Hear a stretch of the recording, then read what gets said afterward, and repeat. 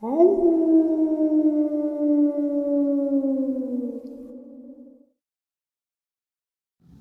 and salutation, folks. I hope everyone is still doing well, and welcome to tonight's second bonus. Before we jump on into it, a couple quick links. As many of you know, I rely on Patreon, PayPal, channel membership, and the merch to help the channel to continue to grow and go. Links to Patreon, PayPal, and channel membership is in the description below. Merch displayed directly under the video. Also, Dogman Frightening Encounters, Volume 1 through 3, the audiobook versions. They were written and researched by Tom Lyons, narrated and produced by me, Jeff Nadolny. Those audiobooks are available on Audible, Amazon, and iTunes, links to which are also in the description as well. And finally, last but definitely not least, if you'd really like to help support the channel to continue to grow and go, simply subscribe. It does not cost a cent. Click that like button, takes half a second. If you don't want to miss out on any of the informative uploads that I put out daily, click that bell icon, and folks, please leave a comment and share the video. Why? Well, these things, they really do help the channel to continue to grow and go. They definitely do matter, and they are appreciated. And with that, I have taken far too much of your time. Let's jump in to this second bonus, shall we? All right, everybody. Today I have a subscriber and fellow researcher with us tonight. His name is Roy, and he is going to share his encounters with us. I'm looking forward to hearing them. I've talked to him for 2 hours tonight and have not heard his encounters yet, but we've had some really good conversation. That's one thing I can say. Roy, how are you? I'm doing well, Jeff. How are you doing? I'm doing wonderful. And I appreciate you reaching out. And I'm glad that we can get together and you can share your encounters with everybody. Thank you for having me. I wasn't sure if you would respond back to me. I know you're busy. A lot of people need to get their encounters out, but some people have heard my encounter before, and as incredible as it sounds, it is what happened to me in my life at a time that I knew nothing about Dogman, or Bigfoot, Goatman, Jersey Devil. I was worried about basketball and football and girls. It was the last, it was the last thing on my mind. But just to give you a little background on me and how all this occurred, in my opinion, is my name is Roy Stolzfeld. I'm from Nebraska, and I was living with my cousin at the time, him and his mother, his little brother, and things was going good and no problems in the house. That, go to school and do the chores and stay out of trouble. So that's what I was doing. But one day out of the blue, because her mom called a family meeting, and first thing went to my head is, what did somebody forget to do? Usually when she called a meeting, it's because somebody didn't do something. Well, now she got to go with the rules.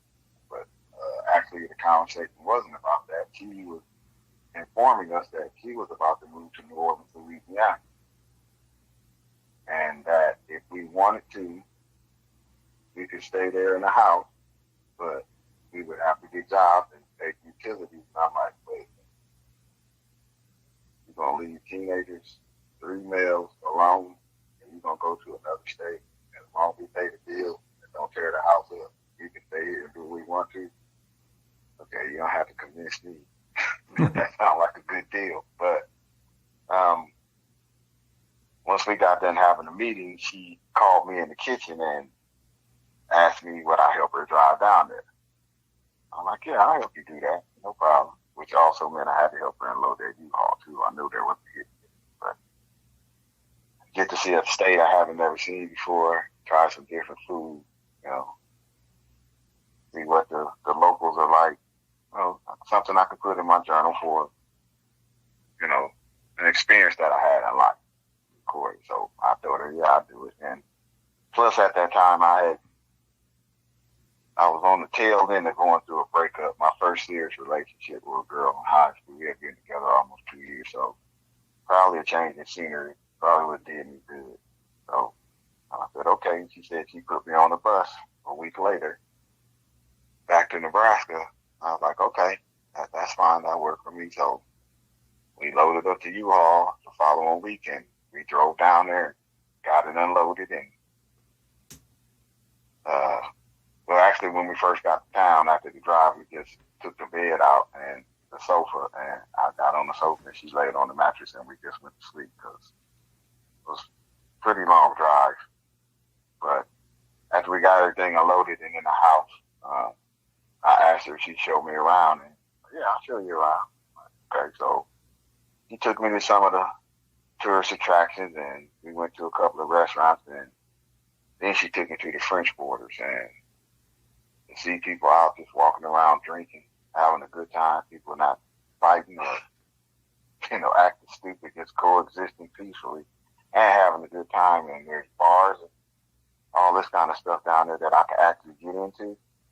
I'm like, I'm not going back to Omaha. This is where I want to be.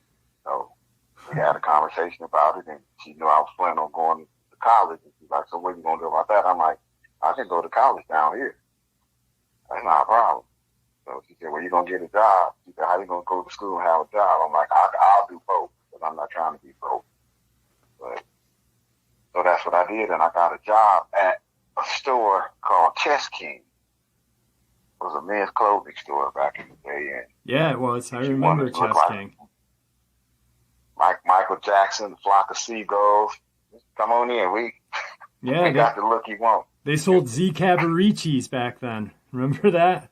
Yes. Yes, they did. Yep. Yes, they did. And we had a small section that was dedicated to women. It was a small section. It wasn't as big as the men's section, but I was at work one day. I think it was maybe my 6th or 7th day at work. And this girl came in the store. A woman came in the store, and I was standing behind the counter, and I wasn't helping anybody. My manager was there. She was actually helping a customer, and I was looking at her, and well, let's just say I was young. She looked like she had everything Uncle John needs. So I'm trying to formulate in my head how I'm going to approach her. So I did, and I went over and asked her if she needed some help. And at first she said no, she was just looking, and then I turned to walk away, and she called me back and asked me about some shirts, if we had them in a different color. And I said, I'll go in the back and look. So I did that, and when I came back out, we started chit-chatting, and she was friendly. I'm not going to say overly friendly, but she was friendly. And it seemed like she was, worth taking a chance on asking her out. So I did. And she said, yeah, I'll go with you. So I can show you around with some more spots you don't know about. And I'm like, okay, that sounds good. And we stand there talking. I said, well, let me have your phone number, and I'll call you Friday and let you know what time I'll be by to pick you up. He said, well, I can't give you my phone number. I said, okay. I said, well, what's your address? We can decide right now what time I'm going to pick you up, and I'll just come by and get you. Well, I can't give you my address. And I guess my face can basically give away what I'm thinking. And she looked at me, she said, no, I don't have a boyfriend, and no, I'm not married. Because I had looked at both her hands, and I know she didn't have a wedding ring on. But that doesn't mean she wasn't married, of course. It just means she didn't have a ring on. But when she told me that, I'm figuring, okay, if you ain't got a boyfriend, you're not married, then why can't I call a house? Why can't I come by and get you? And she said, well, my mother doesn't allow me to have me and the boys come by the house. I said, oh, okay. Which wasn't unheard of back in the 80s, and especially the 70s. But, thought in 81 we was coming into a new age. So I took it with a grain of salt. I'm like, okay, that's fine. Well, how are we going to do this? He said, well, there's a park a couple of blocks from my house. Why don't you meet me there? I said, 7 o'clock work for you? I'll just come, as soon as I get off work. She's like, yeah, 7 o'clock could work. I'll be there. She said, if I'm not there right at 7 o'clock, I'll be there no later than 7:05, 7, something like that. And I was like, okay, well, I can wait that long if you're not there at 7 o'clock. So my manager has finished helping the customer. She's helping. She was standing to the side, looking, listening to us. And I was glancing at her every now and again. She kept kind of giving me that look like a thumbs up kind of look, but she just was nodding with her chin. So I smiled a little bit, but I took her to the register and rang her up. She made her purchase, and I walked her to the door. And I had a conversation with somebody about this, because sometimes when you think about what happened, sometimes a small detail slips through the crack because it doesn't seem like it makes that much of a difference. But I remember when I was holding the door open for her, when she walked outside and she turned back around to face me, when she turned and looked at me, the way the light was hitting her eyes were that hazel brown color, but she had like little flecks of gold in her eyes, but around her pupil, it looked like maybe like a goldish color, but it had to be from the way the sun was hitting her eyes. I don't know. I've never seen anybody else's eyes do that, but I was talking to somebody about that, and we really went deep into my encounter, and he was prodding me, asking me stuff nobody else had asked me. He was asking about her eyes, like, it's almost like he knew something that he wasn't telling me, but I'll go into that later on. But I just remembered that, and I thought, man, she's got some of the most beautifulest eyes I've ever seen before. And then, she turned and walked away, and I left, and my boss is talking to me like, so you got a date, huh? You got a date? I'm like, yeah, I got a date. So he was like, okay. He said, I don't have a problem with you making dates in the store. He said, but it's not what you're going to be doing all the time, right? I'm like, no, most definitely not. But thank you for not embarrassing me. So I finished out the day and went home. Thursday came and went, because this happened on a Wednesday. Thursday came and went. Come Friday, I'm like, okay, I got a date tonight. So I did my shift, left straight from the job, and I had asked my boss for directions to the park, because she evidently lives in Metairie, Louisiana, and I was in New Orleans where I met her. So I had to drive a little ways just to get to Metairie. And I met her at this park. Well, I was supposed to meet her at this park. And I showed up probably about 6:55, 6:60, somewhere in there. And I walked in, and I got on a button-up dress shirt, short sleeve, some shorts, because it's really nice in Louisiana, temperature-wise. And I had some sandals on. And I walked in there, and I looked around. There was some guys playing basketball, and I sat down, and I wasn't there 5 minutes, and this guy walked over to me like, hey, man, you want to play basketball? We got next. And I'm like, no, I'm not dressed to play basketball. I'm here to meet somebody. And he's like, oh, who is that? Okay, I don't know this guy. So he's walking over to me, asking me my personal business. I'm going to give you an answer. It might not be the answer you want, but I'm going to give you an answer. I told him, I said, well, when she get here, if you know her, then you'll know who I'm waiting on. They're like, oh, okay, that's cool. So my name is Herman, man. What's your name? I told him my name is Stub. I figured I don't know him, so I just give him my nickname, my street name, and we'll be good. And we chit-chatted for a few minutes, and then these other guys walked over. It was 5 of them. And they introduced themselves, and I can't remember all their names right off the top of my head, to say myself, but I remember a little bit, Diamond, Shorty Mac, I can't remember the other guy. And I got him. I have him wrote down in my journal. I should have dug that out. And we were just talking, and they asked me the same thing. Man, you want to play basketball? And I'm like, nah, I'm waiting on somebody. Well, who is that? And when she get here, you know, you'll see her. You'll know who I'm talking about if you know her. Oh, okay, so they was asking me, well, you're not from around here, are you? I'm like, no. I'm like, how can you tell? Like you said, because your accent. I'm in Louisiana, and I come from Nebraska. You don't say my accent. Oh, that's real funny, but we were just, you know, some guys just shooting the crap, and you know, I could tell. I got the feeling they were just normal, everyday guys, just you know, trying to get by. They weren't, you know, criminals or thugs or dope dealers, nothing like that. At least I didn't get the sense of that. They were just out playing basketball, having a good time, enjoying life. And so 7 o'clock come and go, 7:15 come and go, 7:30 come and go, and I start get that sinking feeling in my stomach. Man, she gonna stand me up. I drove way out here for nothing. So after 8 o'clock come, I'm like, you know what? I'm out of here. I'm just gonna find something to do. And I got up to leave, and Hermie said, well, he said, look like she ain't gonna show up, man. You sure you don't want to stay and play with us? I'm like, give me just a minute. Now, I'm a fisherman too, so I always try to keep a fishing pole in the trunk. You don't want to get fish slime on your fish blood and stuff.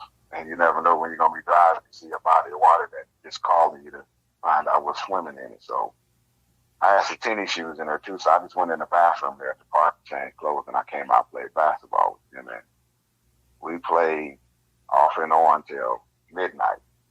And the thing about Louisiana at this time is a lot of their outdoor basketball courts have a metal roof over them. So if it starts raining, which it does quite frequently there, you can still stay outside and play basketball. And without not have to worry about getting wet. But they also turn the lights on. And on Fridays and Saturdays, from Monday through Thursday, the lights stay on till 9 p.m. Fridays till 10 p.m. And then Saturday till midnight. I'm sorry, Fridays and Saturdays till midnight.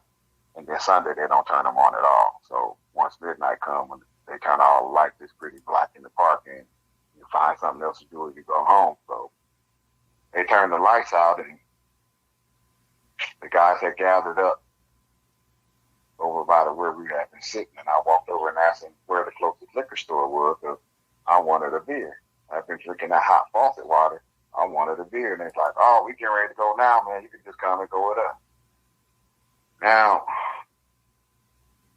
here's where a choice could have changed my whole night. And I could have still been ignorant to the existence of these creatures. I had just got a car probably 3 days before. No, it was Tuesday, 4 days. It was a 78 Monte Carlo. It was one of my first vehicles. I love my car. It had the velour seats in it. I was not about to put these 6 sweaty dudes in my car and get my car all messed up. So my vanity at that time cost me from having ignorance, bliss-free life as far as scriptures are concerned, other than what I see on TV. But because I was that thing, I'm like, all right, well, I'll just walk with you. So we standing there joking, and they putting together their money, try to find if they're going to be able to get a 12-pack or a case of beer. And I'm like, well, I got $5 on it, so y'all figure out the rest. And that's when I found out that the guy named Hermie, that wasn't his real name. That was actually his nickname. And the reason why they called him Hermie is because they said his head was big, like the guy from the Monsters, Hermie the Monster. They said his head was big like that, so that's why they called him Hermie. I like, that's kind of messed up, but of course I got a good laugh off of that. But they all seem like just normal, everyday guys, and I felt comfortable with them. And, you know, we exited out of the park and went down the street, and we hit the railroad tracks and started walking down the railroad tracks. And I'm like, well, why are we going this way? And he's like, it's a shortcut. You know, if we take the long way around, we won't get to the liquor store in time, because we didn't leave until probably 12:30, 12:35 when we left from the park. But they said if we had to take the long way around, just took the surface streets around, it would have took almost 45 minutes, and we would take the shortcut. I'm like, okay. So as you enter onto the railroad track, there's 3 buildings to my left. And to my right, there's a field of thistles. And if you don't know what a thistle is, it starts out looking like a dandelion. And then it gets bigger and bigger and bigger, and it gets these leaves on it with these, I call them needles, because you get stuck by one and feel like you got stuck with a hypodermic needle. They can get long. Like I've seen some 2.5 inches, depending on the height of the plant. And the plant can, normally in the Midwest, they top out about 6.5 feet, but because it rains so much in Louisiana, some of the ones I was seeing was like 7, maybe 7.5 feet. And that's standing on the railroad tracks. And you walk off the street onto the railroad track, the sides dropped away. So you're standing on a slight incline. But you can see, depending on your height, the tops of some of the thistles. But it was a big field of them. I mean, like, I knew it sounded ridiculous, but almost like somebody just opened up a bag of seeds and just started dumping them down there. It was thick, and there were houses on the other side of it, probably about 150 yards away. You see the back porch light on some houses, but to the left, there were 3 buildings. There was a junkyard, a lumber yard, and a tire shop, and they were all connected. But directly behind each one of these buildings, there was one street light, but it wasn't throwing enough light, so where when you walk out of the direct light of one, you step directly into the light of another. No, you had to walk like 5 or 6 feet, and then you would come into the light of the next one. So there was an area of gloom in between them where if you weren't like 5 feet from the person, even with the light, you wouldn't be able to tell who it was. You would just be seeing a silhouette. It was that black back there, and Airline Highway was less than 50 feet away from it. You could actually hear cars going up down the highway. I'm in the neighborhood. I'm just walking down the railroad track. And it was 3 guys in the front, 2 guys in the middle, and me and Herman were bringing up the rear. And everybody was talking. I can't tell you what everybody was talking about, but me and Herman, he was asking me about kids. And the first 2 questions, he asked me, he said, man, what do you know about babies? When they get hungry, how you know they're hungry? I said, they start crying. Or if you got them on the schedule, then you know it's time for them to eat. But I really didn't pay a great deal of attention. I just figured, well, that's kind of an odd question. And then he asked me, what do you do when they're sick? Do they stay up all night? Do you really got to walk around holding them all night if they're sick?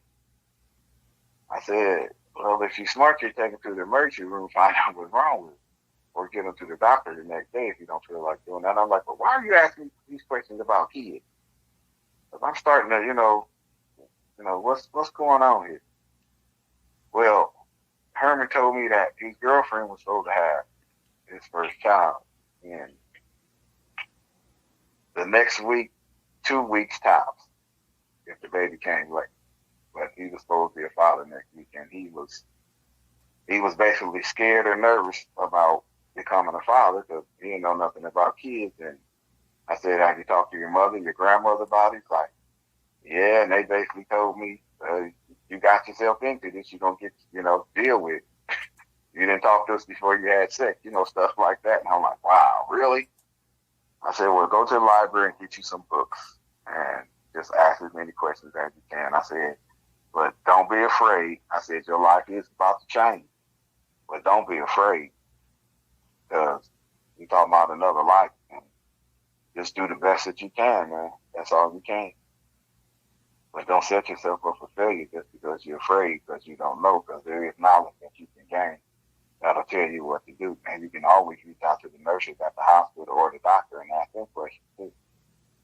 They should answer them for you. So we was having a conversation like that. And he was like, well, how do you know so much about kids? I'm like, well, I got nieces and nephews that I babysitted before. So, of course, I wasn't an expert. Not by at that time I wasn't, but that came later on. But I had some knowledge, and I just shared what I knew. But we were walking along, talking, and I was just looking around. You know, it's dark, and I'm just walking, looking around. He's like, "What's the matter? Did you see something?" I'm like, "No." He's like, "Well, there's a dog that be in the junkyard. It's a big black dog."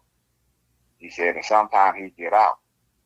He said, "But he gonna run at you, but just bend down and pick up some rocks and throw them at him, start howling, and usually he'll run off. He gonna still be barking, but he won't try to get you." He said, "But you let him run on you too close, he might bite you." I'm like, "Oh, okay. All right." And when you're walking down railroad track and you're walking on them rocks, all you can hear is crunch, crunch, crunch. It's next to you and stuff. So I think that kind of contributed to the fact that I didn't hear anything, if there was anything I could have heard. But I damn sure didn't smell anything other than Louisiana has this smell all its own. I can't. The only thing I could describe it as is with the humidity level, as much rain as they get, there's always vegetation that's decomposing in different stages, and that could contribute to it, or maybe it's just the way Louisiana smells. I don't know, but it has a smell all its own, and you smell it wherever you go. But I didn't notice any strange smell or anything. All I knew is we were walking along, talking, and I was looking around, and I had been looking to my right, and I was looking back forward, and I seen something big and black come out of them thistles, and it was in the air when I turned around to start running. Now, I didn't clearly see what it was. I just knew it was big and black. Now, at this time, I'm weighing 225 pounds.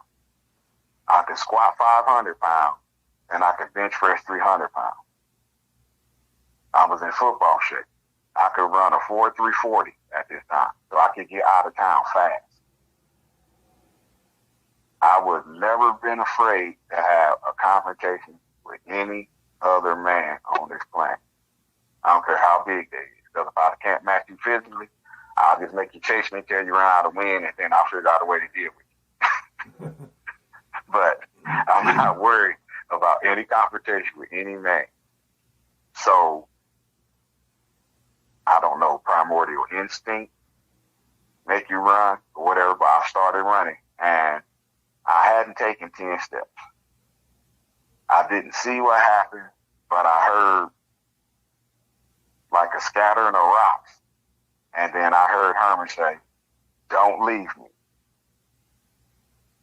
But it was more than just somebody saying, "Don't leave me."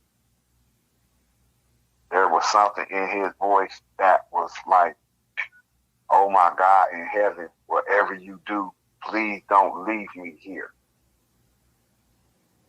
It just, something in his voice is the only thing I could say what made me stop. Now I'm thinking, it's that dog. He told me the dog would run up on me barking, and he done jumped out of these bushes. I'm thinking dog, so I stopped running, turned around, bent down, and picked up 2 handfuls of rocks, and I got my arm cocked, and I ran back 5 or 6 steps. And I looked, and Herman is laying on his back, propped up on his elbows. And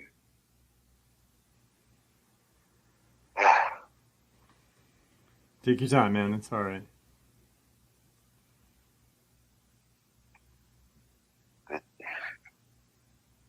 biggest dog that I ever seen is leaning over him, and it's got his face like 6 to 8 inches away from his head. Now, understand, everything that I'm seeing is in silhouette. It's not in clear view because we're in between the lights.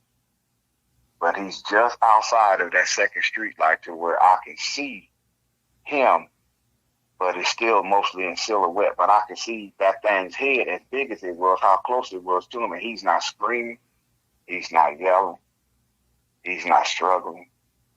It's like he's just frozen in that position, and he's got his head tilted back, looking right in this thing's face. And I'm still thinking, that's a dog, but oh my God, that's the biggest dog I've ever seen in my life. But they said it was a big black dog, so this got to be it. Monsters don't exist. There's no werewolves out there. What is a dog thing?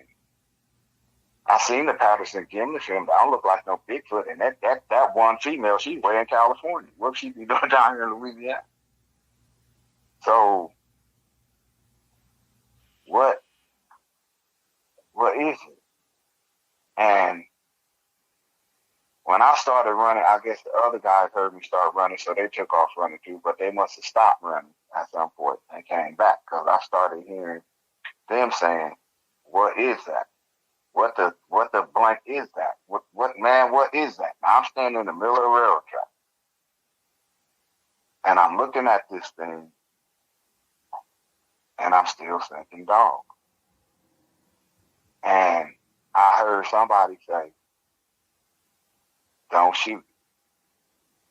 I don't know who the hell had the gun at the time, but I found out later, dude had a fanny pack, and he had a little snub nose 38 in there, Saturday Night Special. And he done pulled this pop gun out and aimed it at this thing. Right. Now, before that happened, I lowered my hand, and I must have dropped the rocks out of my hand, because it looked up at me, and it did a quick scan of me and everybody else, and then it started looking at Herman again. It was totally ignoring her. Now, she had him dead to right. There was no reason I could think of why she didn't kill him or pick him up and just jump back off into the bushes and run off. I don't have the answer to that. I don't know what she did to him. I don't know what he went through. None of that. All I know is what I saw, and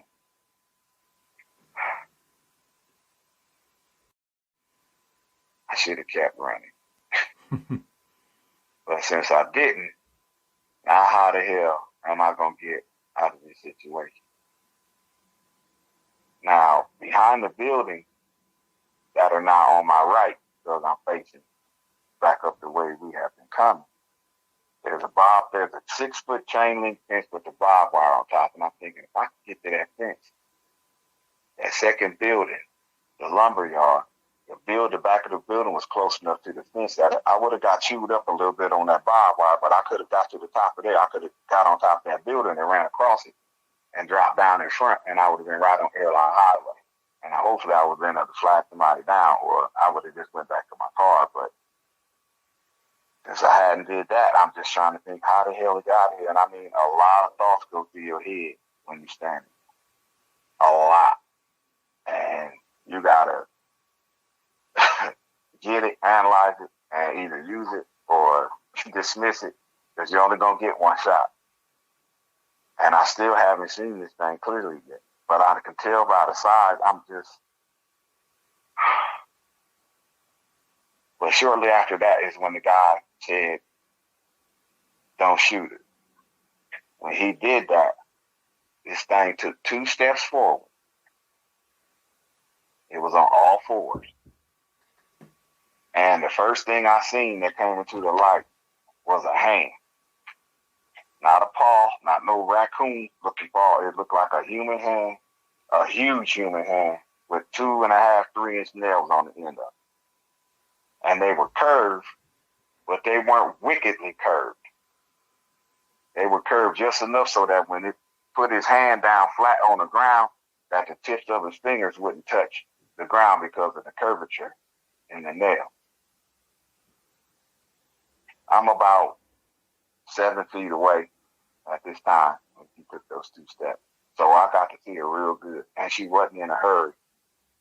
But her whole demeanor had changed. Because when she came forward, you couldn't see her any eye shine until she came forward into the light, and the light actually hit her eyes, and that's when they started shining. So it wasn't like she had an internal glow that she created on her own. It was because of the light. But the color of her eyes would be the color of a full moon when it's white, and a full moon when it's that orange color. If you combine them two colors perfectly, that's what color her eyes would be. Not amber with a light showing through the bottom of it, but just a white orangish look. And she looked at me. She had her ears back, and I call it a smile, but it's really not a smile because it's and when dogs do it, it's a sign of aggression. When they raise that jaws up and they showing all their teeth, she had that expression on her face, but she wasn't looking at me. She was looking past me. But just the size of, her arms had to be 5.5 feet long because of the posture that she had when she came forward. When she took them 2 steps, she put her hindquarters right over Herman's face. So he could have told you about genitalia and all that stuff. But it's almost like she acted like he didn't exist anymore. She focused on us after that. And she let out this growl.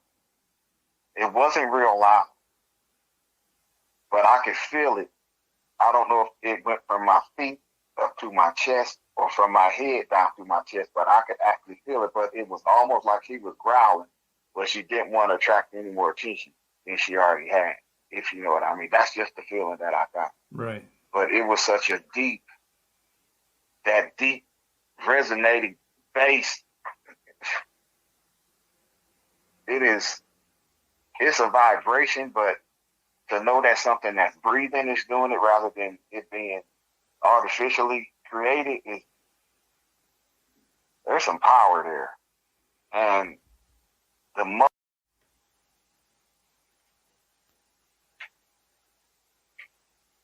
to see something like that, and the first thing going through your mind is, I'm looking at a werewolf, is exactly what happened to me. So when she growled, seemed like my whole body locked up. I couldn't move, so I just stood there and urinated on myself. Yeah. And I'm not ashamed to say it. I just stood there and urinated. I couldn't think of anything else to do other than that. I remember thinking, I wish Jesus would show up holding his Father's hand. My mother would be real useful right now. She's always saved me from danger. Maybe Superman will show up. Maybe Batman will pull up. Right. I could use one of them. No, that's not going to happen. Them dudes were standing on the track yelling, what the F is that? What is that? Nobody came out of one of them houses to see what was going on. No car was driving down the street and happened to just look down the railroad tracks and see what was going on and stop. So we was on our own, dealing with something I have no idea how to deal with. I have no silver bullets. I got a gun in the trunk of my car. I got 357, but it's in the trunk of my car. And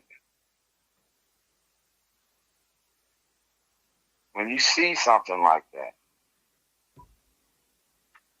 the first thing some people would do is question themselves, like, am I really seeing this? Well, thanks to my father, great man that I always thought he was, he taught all of his kids, God gave you your eyes for a reason. If you're seeing it, that means you're seeing it. So don't question yourself about whether you're seeing it or not. He said, because if you don't have no confidence in yourself, who the hell else is? But believe what you see. God gave you the eyes for a reason. That's your camera. That's your recording device. Right. Your brain is your hard drive for you to store it. So don't doubt yourself that you've seen it. So I couldn't doubt what I've seen, especially out here breathe. Now you done took 2 steps closer. I can actually smell your breath. And her breath smelled like she ate something and just never brushed her teeth. Ever. That's what her breath smelled like. I mean, I can't. Dogs that eat dog food all the time, they have a certain smell to their breath. Right. A dog that get meat mixed in, he got a different smell to his breath. And she just smelled like she just never brushed her teeth and that she ate whatever the hell she wanted. So, but for her to be in them thistles like that, and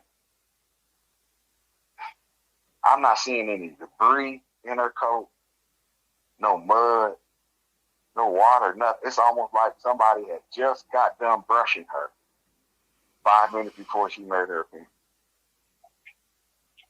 She looked that damn clean.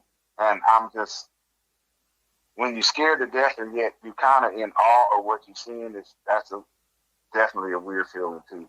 That's, your yin and yang are not balanced on that. But when you got time to see this, and she could have killed all of them. There's no doubt in my mind. Her head,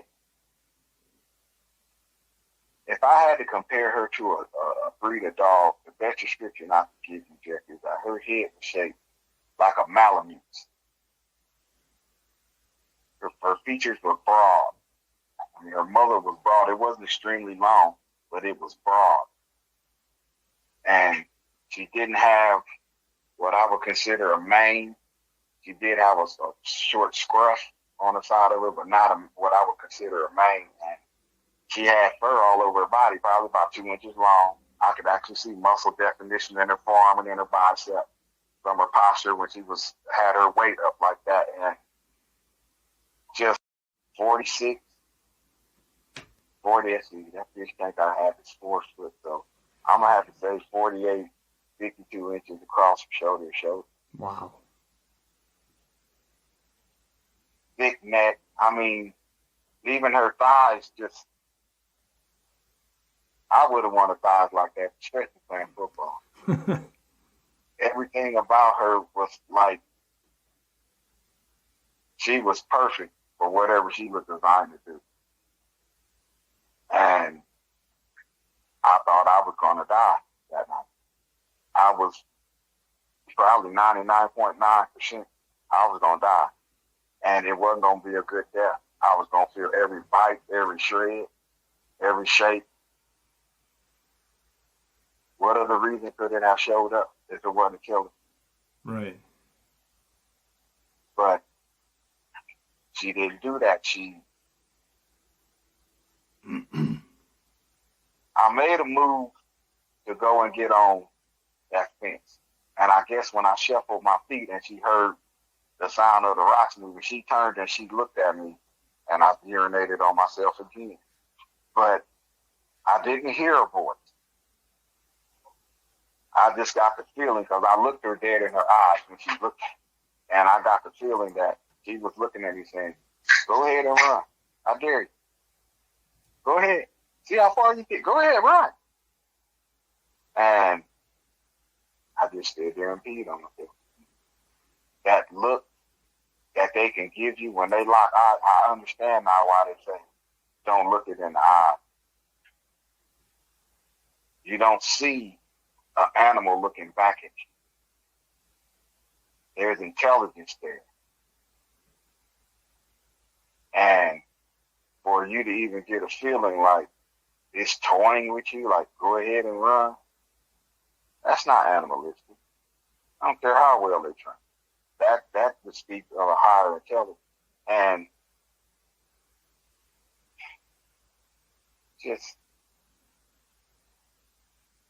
just being that close, and I didn't even care what was going on with Herman. God forgive me. I was more worried about me.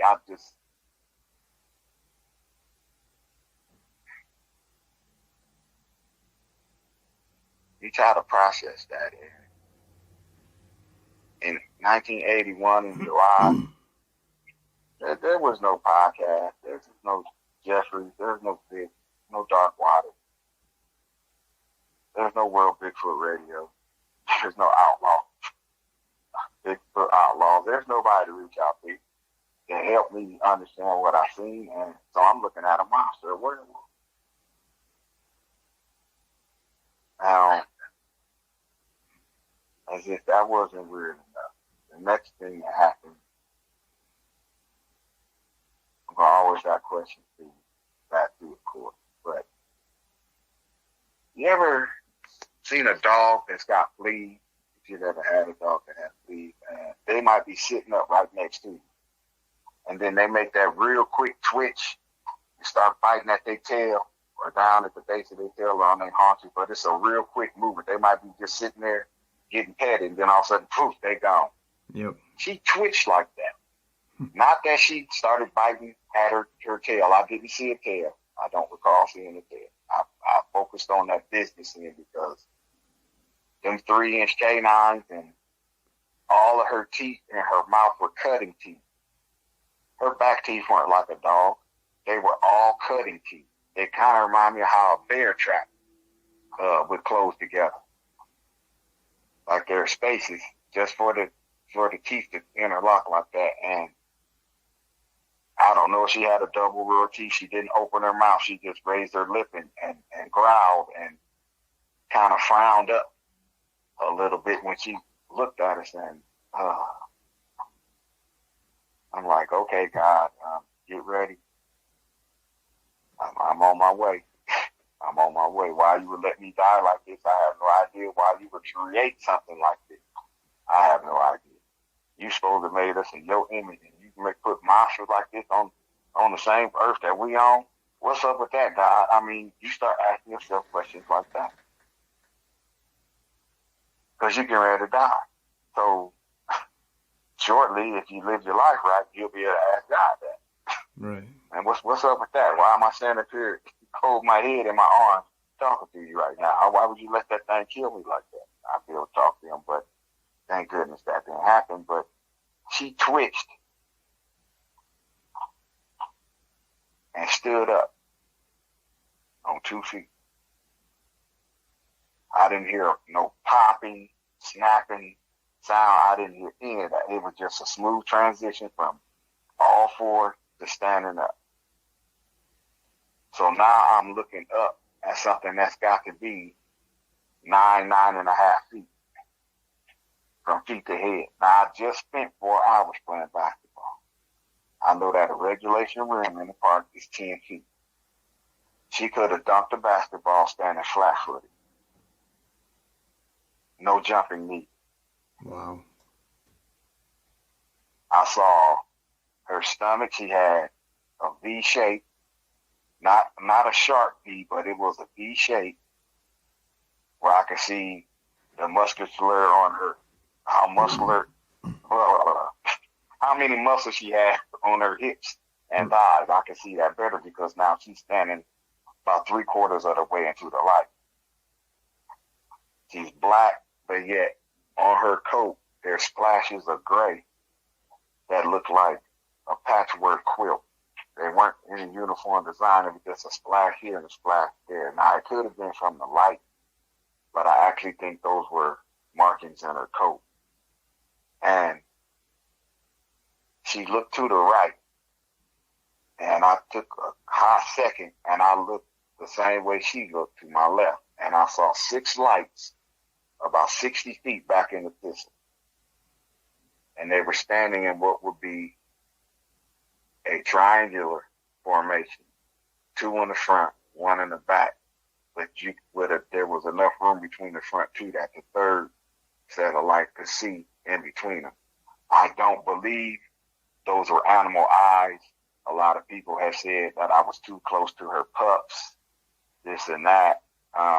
What I saw that wasn't a natural light that an animal would have had. And why would the pup's eyes be red, but yet it wasn't a full red light? Imagine if you took a reflector off a bicycle, Jeffrey, and you took a black magic marker and started at the center and just started coloring in the red until you get to about 1/8 to 1/4 of an inch from the edge and you stop. That's what kind of lights I saw. It was like the outline, like a ring of light. But when I had a conversation with my father, he told me the military had night vision goggles similar to that, but that's what you would see. I'm like, oh, okay. So can I say 100% that she didn't have pups around? No. I did see 4 breasts on her, look like human breasts, but I've had dogs before, and I know what female dog breasts do once she's whelped. They just sag and they like bags, and hers weren't. Hers reminded me of a woman that goes to the gym at least 4 days a week. Not that she's trying to get big and strong like a man, but she just wants to stay fit. That's what her breast reminded me of. It didn't look like she would have been nursing. I don't know that for a fact, but just seeing that, and I'm like, and it's a female, but she stood up, she looked over to her right, and jumped into the tissue. She landed about 18 to 20 feet away, but when she took off running, she ran straight toward those lights. When she jumped off the track, and I watched for, I don't know, maybe 5 seconds, because she went over those thistles so fast that they was just popping back up like they had just been linked over by a wind. No damage. She didn't leave a path of destruction through there. They just popped right back up like she had never been in there. I don't know where she went. I don't know where the lights went. As soon as she got 5 seconds away from me, I ran down and I started trying to help her. And then everybody else snapped out of it, and they came down, and we're asking Herman, man, you okay? We looking at him to see if he's been scratched, if he's been bit, anything. He doesn't have a mark on him. He just got this blank expression on his face, and his mouth is open, and he got a little drool coming out of one side of his mouth. But for all intents and purposes, Herman had checked out.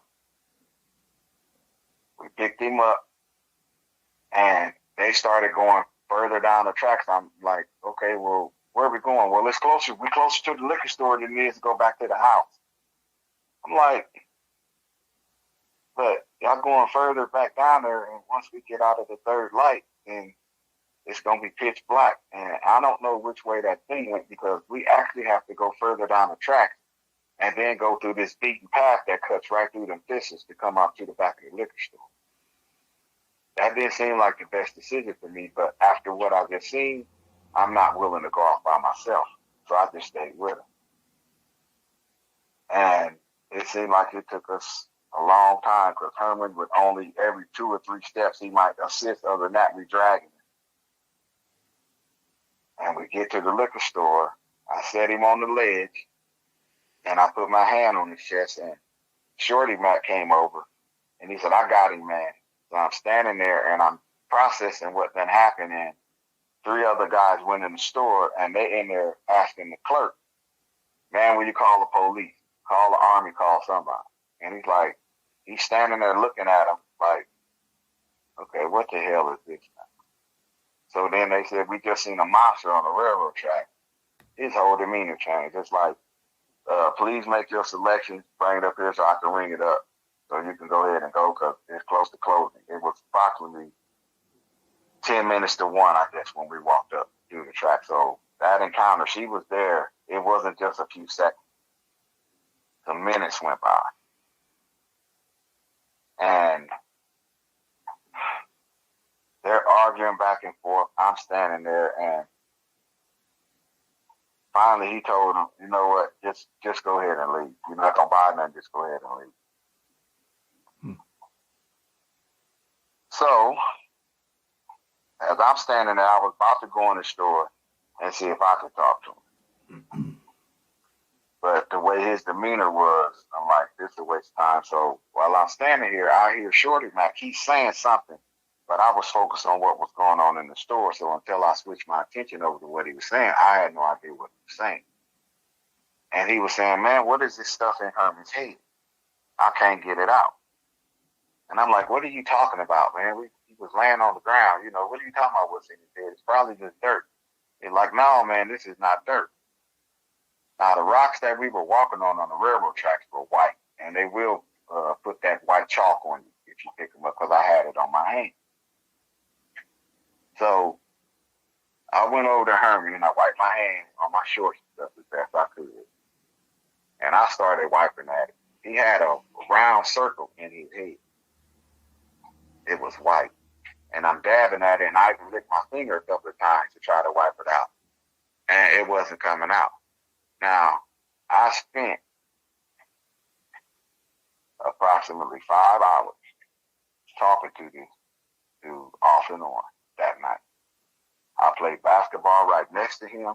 He sat down next to me when we weren't playing basketball. He was just walking on the railroad tracks with me before this encounter happened. And before that happened, his whole head was black. His hair was black. Yet after that, he had a white circle in his head, a little bit bigger than a 50-cent piece, I would say, that went all the way down to his scalp.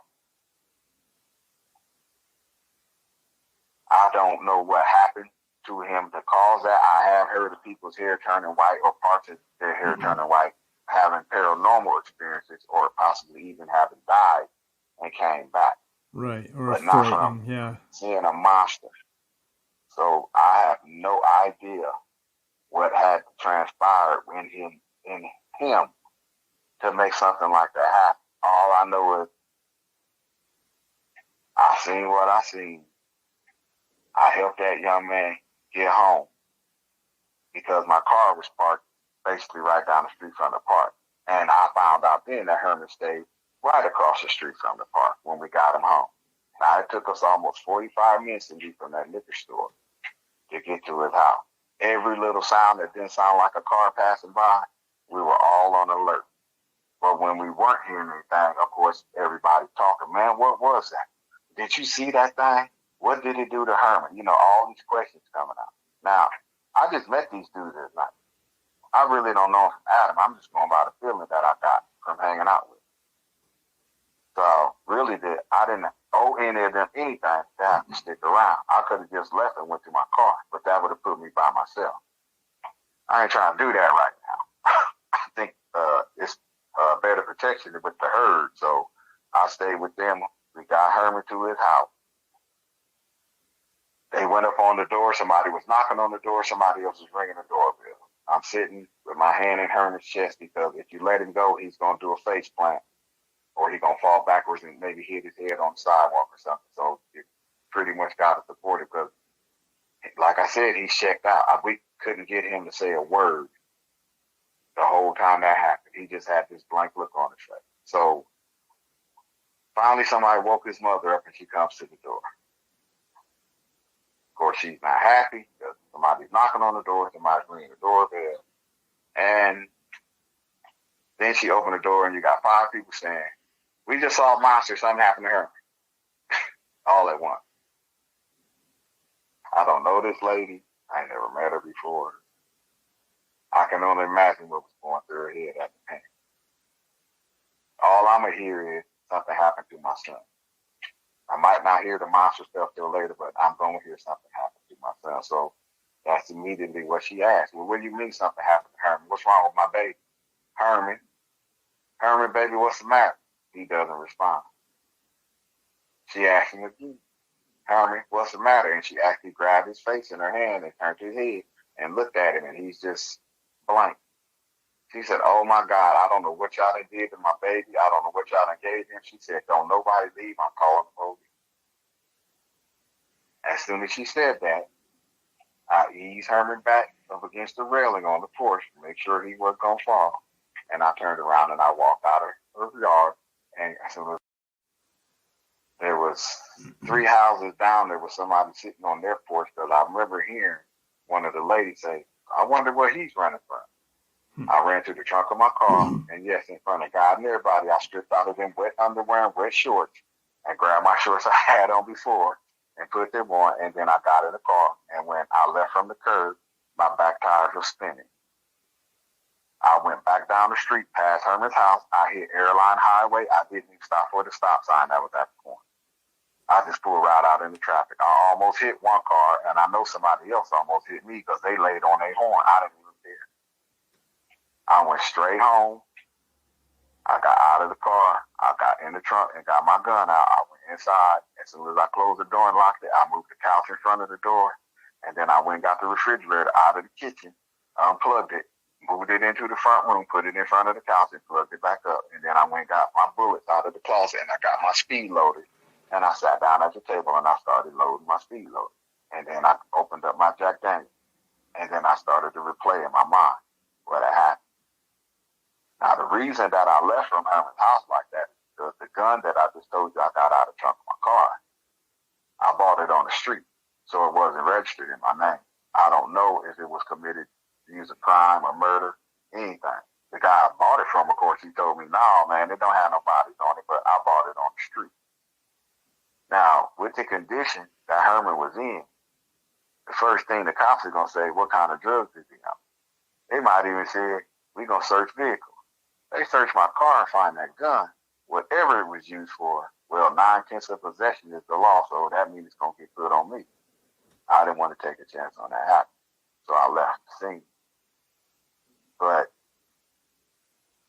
when you get home and you got every light on in your apartment, and you sitting and you drink, and you're thinking about what happened, and I said, I need to get my journal. I started my journal when I was 10. I still write in it today. But I felt it was necessary for me to write that down because I was having an inner struggle with, did I really just see that? Is this a nightmare? When am I going to wake up? This can't be real. And as you sit there and you having all of this turmoil, trying to make sure you don't fall all the way down that rabbit hole and just become that babbling idiot that somebody might come and visit once every Sunday in a month. Because they remember that they put you somewhere where you won't hurt yourself. A lot of people don't realize that, but that's how my encounter affected me. I didn't know that monsters were real until I had one just a few feet away from me, breathing and growling at me, and knowing that there's nothing I could have done physically, unarmed, to defend myself if it had wanted to kill me. That's a humbling experience, especially for an athlete. And not to say I had a chip on my shoulder, but as much as I worked out to try to get ready for football, I took a great amount of pride in what I did and my accomplishments. And to know that I could have did that for another 18 years, and I still would have been in the same boat if I had to face up against something like that with just the weapons that God gave me and the weapons that God gave me. That's not a fight. That's not even a battle. That's a commercial.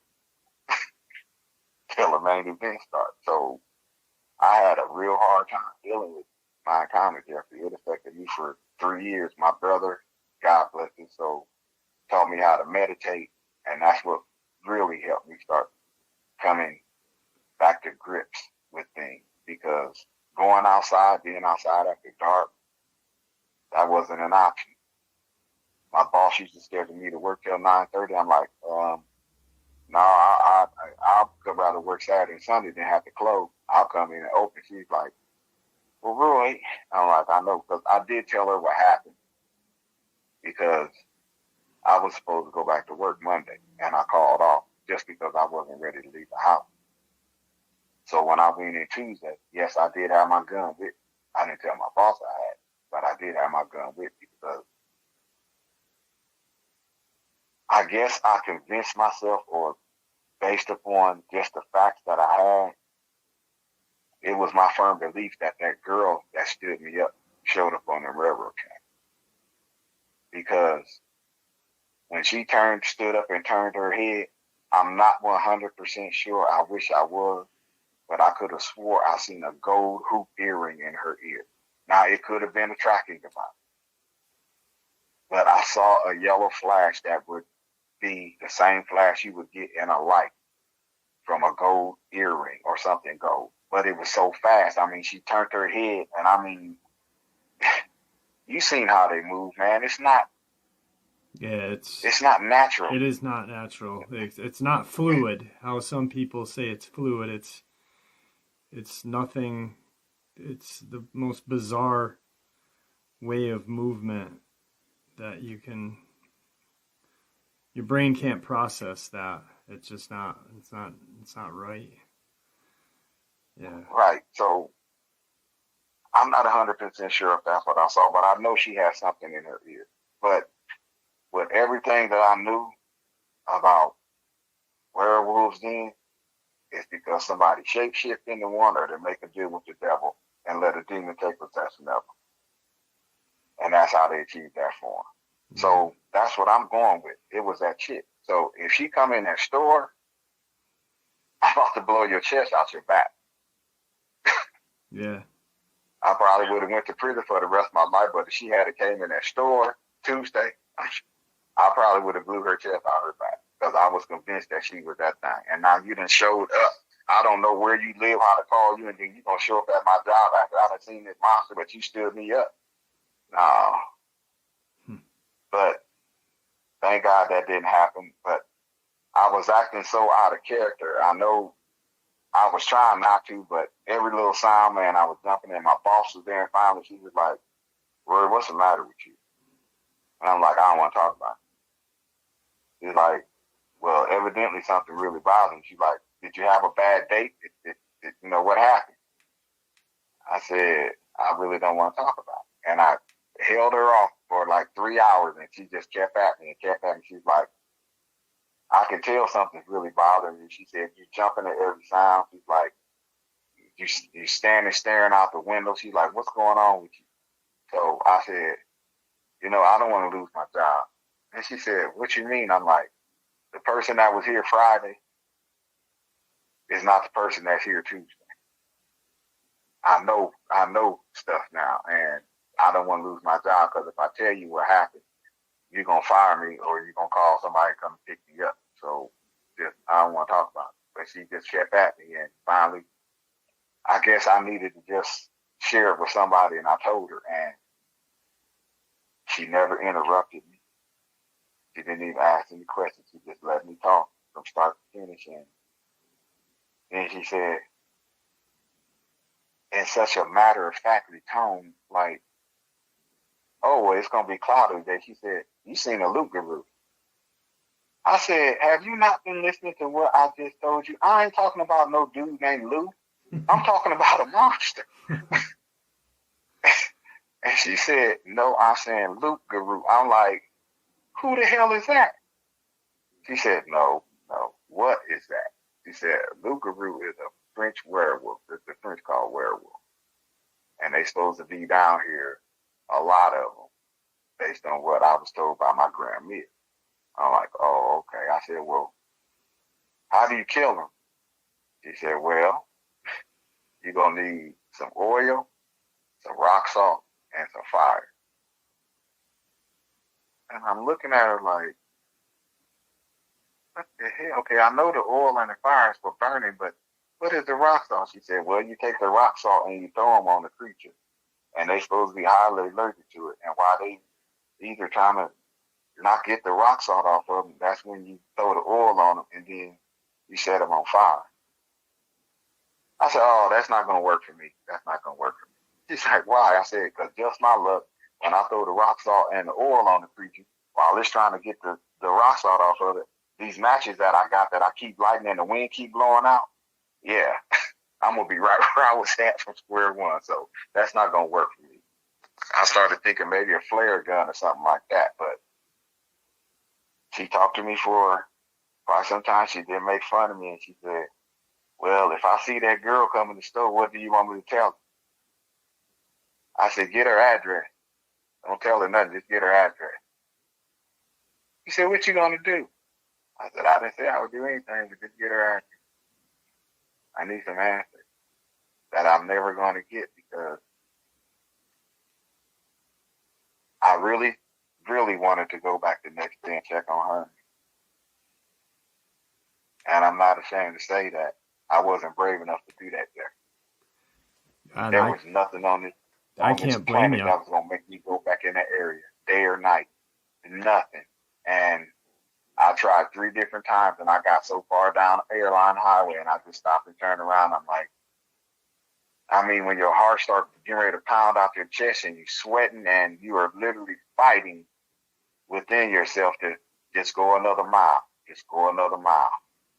I couldn't do it, so I turned around. I went back home, but I just started drinking.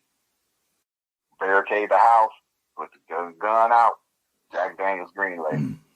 3 years until I started noticing that I'd be at work and I wanted something to drink. I'll be on my way to work, 7-something in the morning. I want something to drink. I could be sitting, not doing nothing. Sometimes I might be having a drink, and yet I want something to drink. Yeah. Just to cover that feeling up. So that's when I said, okay, now you're an alcoholic. What are you going to do? I did what you're supposed to do. I just stopped drinking. I just got up and poured everything out that I had. And I still have a drink every now and today, but I don't need to have a drink to go to sleep. I needed to basically get drunk just to pass out. Because other than that, my mind wasn't going to let me go to sleep. And it affects your life. I mean, when you're too scared to date, when you don't want to be outside at night, when you start looking at your neighbors funny, and they even notice, well, man, you don't come over to barbecues or nothing no more. I'll be like, nah, I just want to be in the house. Well, what, did we do something? No, I didn't do nothing. I just don't feel like being around people. Because you can't trust anybody. You wondering who the hell else going to sprout things in first. And it's not even a full moon. That's not any way to live. No. It's not. It's a prison that you impose upon yourself. But when you don't have any knowledge about what really that thing is, then I guess you just trip the life fantastic in your mind and just everybody's suspect. It's safer that way. Yeah. But really it's not. Roy, real quick, I'm coming up on my extent of record time. I've got a couple quick questions I'd like to ask you in regards to your experience, if you don't mind. Okay. Go ahead. All right, my first question is, well, pretty much the one question I'd really like to know is when she came out of the woods and when you first urinated on yourself, did she notice it? Because, you know, like you had said, she kind of saw you, you urinated, you kind of looked at the fence, and she kind of looked at you like, I dare you. Did at all she notice that you had urinated on yourself both times, or did she kind of like make a facial feature or anything?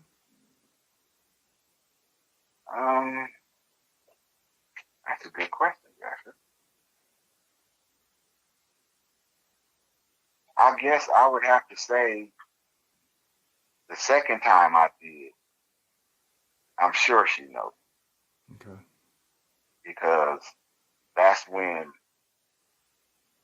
excuse me, that's when I actually could hear her breathing. So she had to take a stronger intake of breath in order for me to hear her as clearly as I did. But as far as a facial expression change, the look she had on her face already was like, just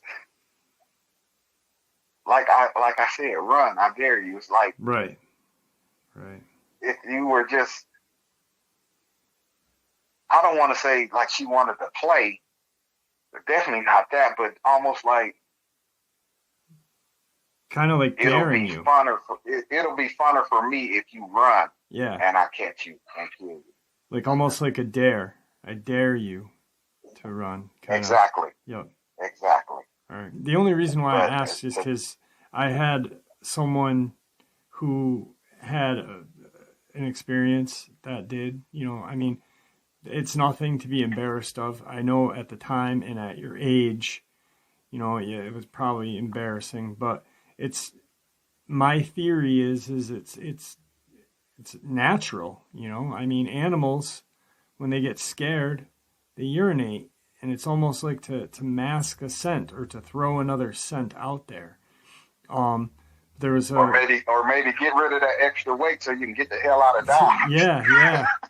Yeah, absolutely. But like Lewis, when Lewis had his encounter and he had urinated, the creature kind of smiled at him, like, look what I made you do, you know?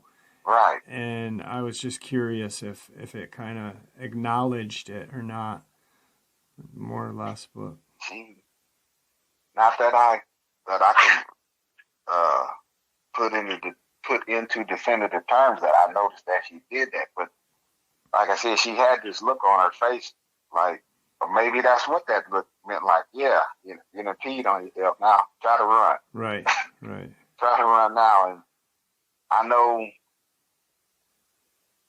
I asked somebody, and I know we're running short on time, so I'll make this quick. I asked somebody quite a few months ago if you're in a heightened state of fear, if when you do urinate on yourself, does it produce a different scent? And he said it's possible that it could, based upon chemical makeup that takes place under times of stress. What's going on with you if that happens? So he said it's possible that you could have put out a different scent. I'm like, well, hell, I was already scared to death, so I know she smelled the fear. So yeah, I guess that might have been like a hors d'oeuvre or something for her. But thank God she didn't do anything. I just want to know why, because we'll talk again, but that actually cost Herman his life, that encounter. Yeah. He never came back, and I guess his heart just couldn't take it anymore. It was some years later. I actually didn't find out until I had talked with his son. And that's a conversation for another day, because I get kind of riled up when I talk about his son. Really negative. Right. But so I don't know if she did a extra little facial feature just to let me know that she knew that she had that effect on me. Right. Yeah. It's pretty much, it's not what you're looking at. Right. And if I'm lucky, I'll never see one again. At least not up close. Amen. Like that. Amen to that. Oh God, it's just, I'll be okay. It's just when I talk about it sometime and I really sit down and let that vision come back to me, and it's I don't know what he had in mind when these things were created, but yeah. I mean, people who haven't had encounters or haven't seen one, they don't realize that it's something that stays with you for the rest of your life. And, you know, like you and I had talked, and I'm more at that stage of confusion, you know, just I'm still kind of questioning, you know, why, what, and it's just, it'll stay with me and you and everyone else who has had the unfortunateness of seeing these things out in the wild with us for the rest of our lives. And it's yes, sir. So, well, we're almost on time, buddy. Yeah, we are, exactly. All right. Is there anything that you'd I really like appreciate you. Yeah, there is one thing I'd like to add. Yeah. Before you go, anybody that's listening, hopefully Victor's listening to this too, and he can actually tell me what the hell I saw. That would give me so much peace. But anybody that's listening, all dogmen aren't bad. I will say that. But wherever you go, just stay vigilant. Just stay vigilant, because more and more people are disappearing, and until Big Brother lets us know what's going on, then we have to investigate and do our own research and draw our own conclusions. But just stay vigilant, and if you got pets, pay attention to your animals, because they'll let you know when something ain't right. But just stay vigilant, and may God bless all of you and hold you and keep you safe, and make sure you don't have, because you might say, I'd love to see one, until you see one. There you have it. I hope you enjoyed tonight's second bonus as much as I enjoyed sharing it with you.